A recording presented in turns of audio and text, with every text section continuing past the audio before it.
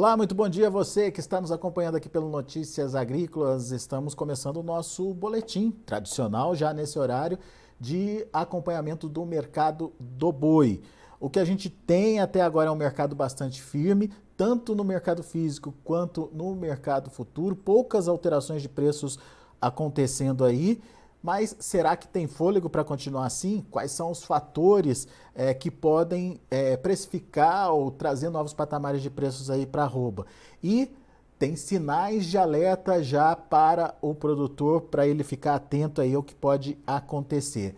Quem traz detalhes para a gente, quem explica melhor quais são esses sinais de alerta para o produtor é o Iago Travagini, analista de mercado lá da Agrifato, falando com a gente direto de Cuiabá, lá no Mato Grosso. Bem-vindo, Iago. Obrigado por estar aqui com a gente mais uma vez. E eu começo te perguntando dessa firmeza, né? Já há algum tempo essa firmeza vem se destacando, né? E eu queria entender por quê e se tem prazo de validade para isso. Seja bem-vindo. Agrícola, sempre um prazer falar com vocês aí, Alexander. Obrigado pelo convite. Bem, o que a gente tem analisado desse mercado é que, de curto prazo, a firmeza é explicável, os números apontam justamente para esse cenário de firmeza totalmente justificado numa oferta muito curta e uma demanda chinesa ainda firme. Então, a gente tem esses dois pontos que dão sustentação para que o boi gordo permaneça firme, e principalmente a oferta curta. Para falar em números, e assim, o que eu vou trazer aqui é um cenário de curto prazo nesse momento. Particularmente, a gente ainda vê essa sustentação para que o boi gordo permaneça firme nesse patamar de 340, 335, ali nessa banda em São Paulo, na média, né? Porque hoje tem uma diferença grande entre o boi China e o boi comum. Então, ele caminharia dentro dessa média de preço de 335 a 340. Dentro disso, a gente observa essa sustentação na oferta muito pequena. Por quê? Que a gente ainda sofre reflexos das decisões de outubro, a gente está chegando no limiar em que os confinamentos de que rodam o ano inteiro, eles já estão começando a entregar mais animais, mas ainda é um processo lento, então a oferta ainda é muito curta. Para falar em números, a produção de carne entre dezembro e janeiro 22 caiu em torno de 12%. Então, essa redução na produção de carne provoca justamente essa oferta muito pequena que está sendo disponibilizada para o mercado interno e para exportação. Do outro lado, a gente tem uma China que está demandando carne sim. A China continua comprando carne bovina brasileira e pagando muito bem.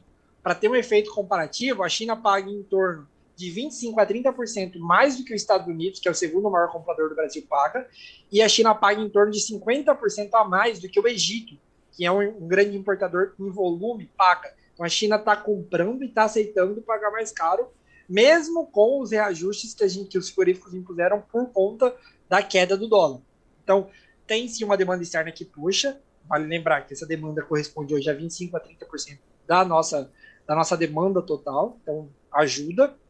Mas, na nossa opinião, o que a gente está vendo agora é uma oferta muito curta por conta de decisões tomadas 13 meses atrás e por conta da dificuldade de recuperação de pastagem. A gente vê muito problema com cigarrinha nas pastagens do Brasil inteiro, a gente vê muito problema de pastagem que secou e não está conseguindo recuperar por conta da geada, principalmente no sul do Mato Grosso do Sul, no Paraná, enfrentou esse problema nas pastagens, que estão com dificuldade de recuperação, mas aos poucos isso vai melhorando.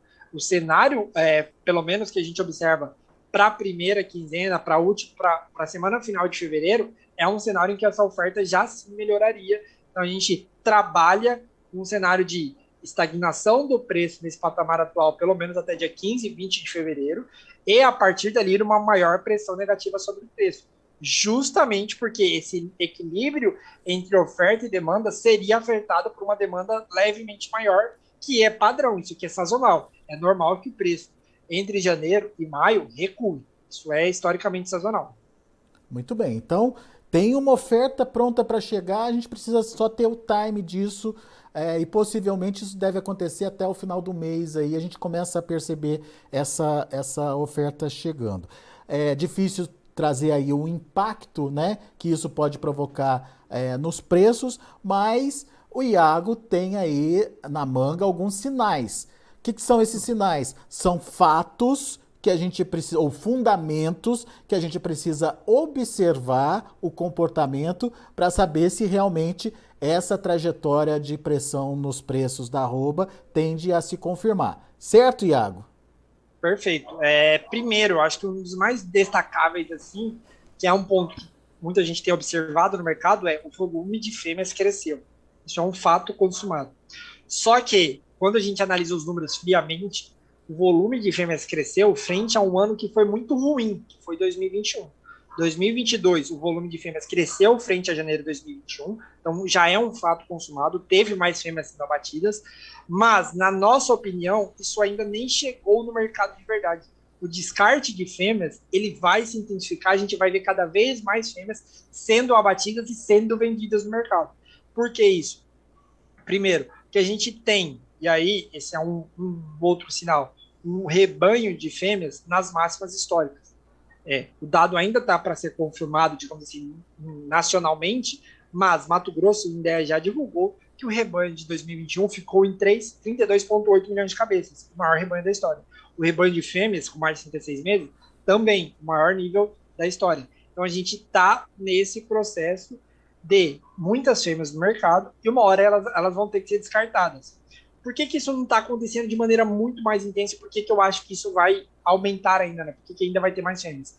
Porque quando você olha os números de participação de fêmeas de janeiro 22, que é o que foi disponibilizado de abate, ele ainda caracteriza uma porcentagem que indica retenção. Ou seja, a gente melhorou frente ao ano passado, sim, de fato, a retenção desse ano é menor do que foi em 2021, só que, quando você olha em perspectiva, a tendência é que essa retenção rume para um descarte. Isso porque o preço do bezerro, e aí esse é o outro ponto, o preço do bezerro começou num processo de desvalorização. Ainda é uma desvalorização pequena, normal, que você olha ali e fala 200, 300, 400 reais por cabeça, né? Tá justo, normal. Então não faz sentido com que o criador ele abata essa fêmea. Só que isso tende a chegar cada vez mais bezerros, porque a gente está retendo fêmea desde 2020. Cada vez mais bezerro chegando no mercado. Com mais bezerro, mais oferta de bezerro, consequentemente, uma pressão negativa maior sobre o preço. Por quê? Mais oferta de bezerro. Então, com o preço do bezerro desvalorizado, a tendência é que esse criador se sinta mais à vontade, com necessidade de vender a fêmea dele. E é uma bola de neve, é o ciclo pecuário agindo. Então, esses sinais que eu acho que particularmente a gente tem que ficar ligado, é o rebanho chegando nas máximas históricas, a gente está vendo mais fêmeas sendo abatidas em comparação a 2021, mas ainda no nível que é abaixo da média histórica, que caracteriza ainda a retenção. E, no final das contas, um número que eu adicionaria aqui é que o volume, isso aqui já é B3, tá? Mercado um pouco mais especulativo, mas volume de puts, ou seja, opções de venda, opções que te garantem um mínimo, ele aumentou muito.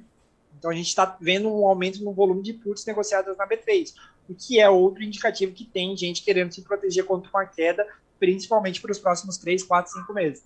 Então tem todo esse cenário que se forma, esse arcabouço de sinais de alerta, que pipocam que no médio prazo, é importante, curto prazo firme, fevereiro, preço do boi gordo muito firme. O problema é março, abril e principalmente maio e junho de 2022, que é a minha preocupação maior hoje. E quando chega a safra de bezerro, efetivamente, né? Exatamente. E além do período sazonal, esse é um ponto. Sazonalmente, o preço tanto do boi gordo quanto do bezerro, ele tende a sofrer uma pressão maior negativa até abril, maio e junho do ano. Muito bom. Esse é um fator, questão do abate das fêmeas. Outro fator importante de ser analisado, que você tinha passado aqui pra gente, margens pressionadas dos frigoríficos. O que está acontecendo? Esse é outro ponto, exatamente. Outro sinal de alerta, digamos, né, Iago? Exato, assim, e a gente sempre tenta aqui fazer uma visão crítica sobre o que a gente está analisando, certo? Uma visão sóbria. Qual o sentido de você manter uma operação de uma atividade qualquer que seja, isso vale para o criador, mas também vale para o frigorífico, que está dando uma margem negativa, né? Principalmente quem trabalha com o mercado interno, tá? Que está dando uma margem negativa ruim, que está dando próximo das máximas dos últimos 15 anos. Uma margem negativa muito ruim, batendo com aquelas piores dos últimos 15 anos. Qual o sentido de você acelerar esse processo de manter essa queima de caixa? E é o que a gente tem observado agora. As margens estão próximas piores da história, entendeu? Então a gente tem uma diferença entre a carcaça, assim, a gente não tem acesso à margem final, mas quando você olha para as margens entre o preço da carcaça casada, você faz aquele remonte da carne que o frigorífico vende, principalmente no mercado interno, e o preço do boi gordo, a diferença está em mais de 8, 9% negativa. Então isso é próximo das maiores, das piores margens dos últimos 15 anos. Então esse é outro ponto que não faz o frigorífico estimular, e por isso é uma justificativa de que a gente viu muito frigorífico dando férias coletivas agora, nesses últimos dias aí. E que daí volta naquela conversa que a gente já fez aqui, já teve aqui, de redução da oferta de carne no mercado. Frigorífico de férias coletivas ou trabalhando com ociosidade, produz menos, tem menos oferta sendo colocada no mercado, que garante uma carne mais alta de preço. No entanto, frigorífico vai ter esse fôlego? Isso que a gente precisa avaliar, né? Até que ponto vale a pena trabalhar com margem pressionada aí, como você bem pontuou. Muito bem. Outro sinal, Iago, dólar em queda. Exato. Esse é outro ponto que a gente assim analisa e fica muito de olho, porque ele é um ponto que afeta hoje o que dá mais margem para os frigoríficos. Que é o dólar chegando agora, acabei de olhar aqui, 5,30, né? O dólar bateu nesse patamar, ficou, tá? Permaneceu nesse patamar já faz pelo menos umas 2 semanas. Ele começou o ano a 5,70 e veio para 5,30, uma queda de 0,40 centavos. Então, de fato, a gente tem aí um dólar que recuou de patamar. Fazia tempo que o Brasil não lidava com um dólar de 5,30, né? Pelo menos é o menor patamar, se não me engano, dos últimos 6 meses, na média mensal.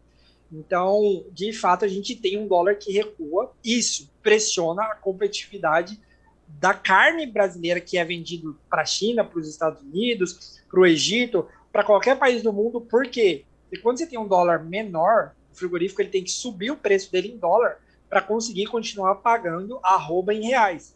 Então, uma conta simples quando ele vendia a 5,70 o preço da carne bovina que ele vendia para a China a 5,70 o dólar, e ele vendia por 5 mil dólares a tonelada, ele conseguia, vou botar aí, se eu não me engano, 27 mil, ele conseguia 27 reais por quilo.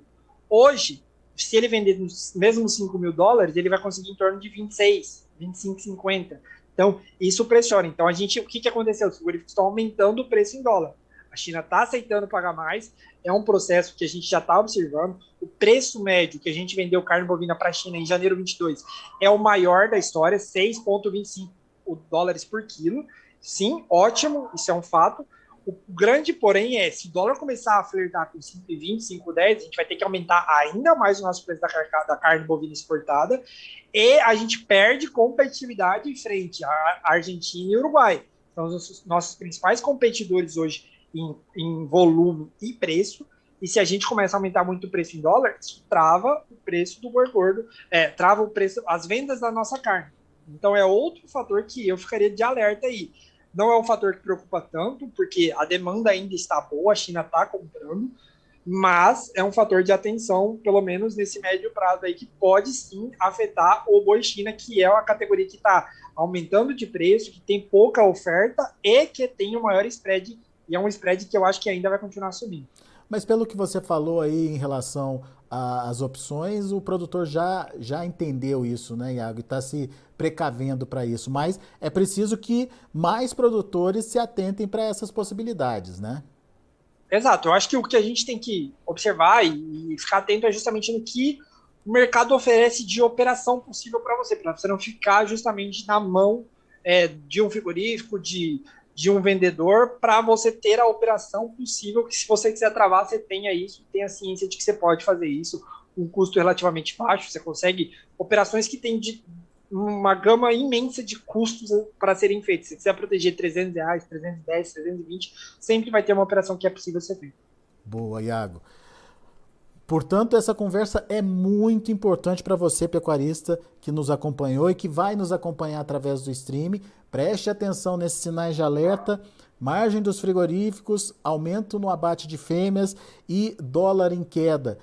Esses fatores, obviamente, a gente está falando de um agravamento dessas condições, né?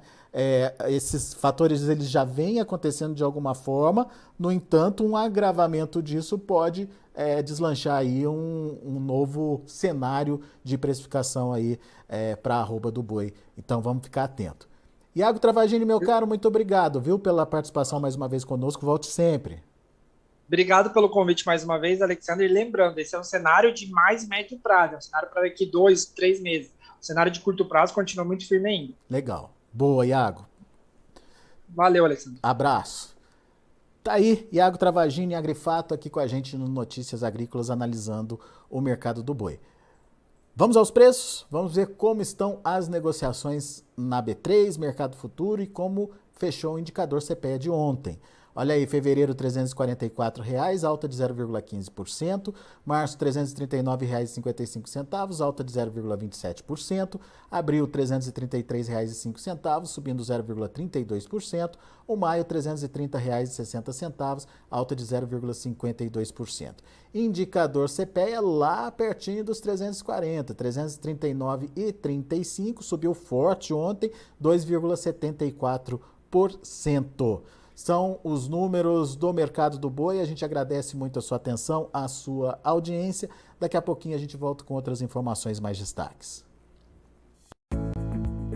Participe das nossas mídias sociais no Facebook Notícias Agrícolas, no Instagram @Notícias Agrícolas e em nosso Twitter @Notiagre. E para assistir todos os nossos vídeos, se inscreva no YouTube e na Twitch Notícias Agrícolas Oficial.